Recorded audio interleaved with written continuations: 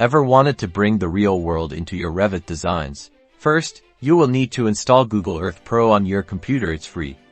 Open Google Earth Pro and navigate to the location you want to import into Revit. Make sure the 3D buildings layer is turned on to see the buildings in 3 dimensions. Next, go to the File menu, click on Save, and then select Save Place as. Choose a descriptive name for your file and save it as a KMZ file.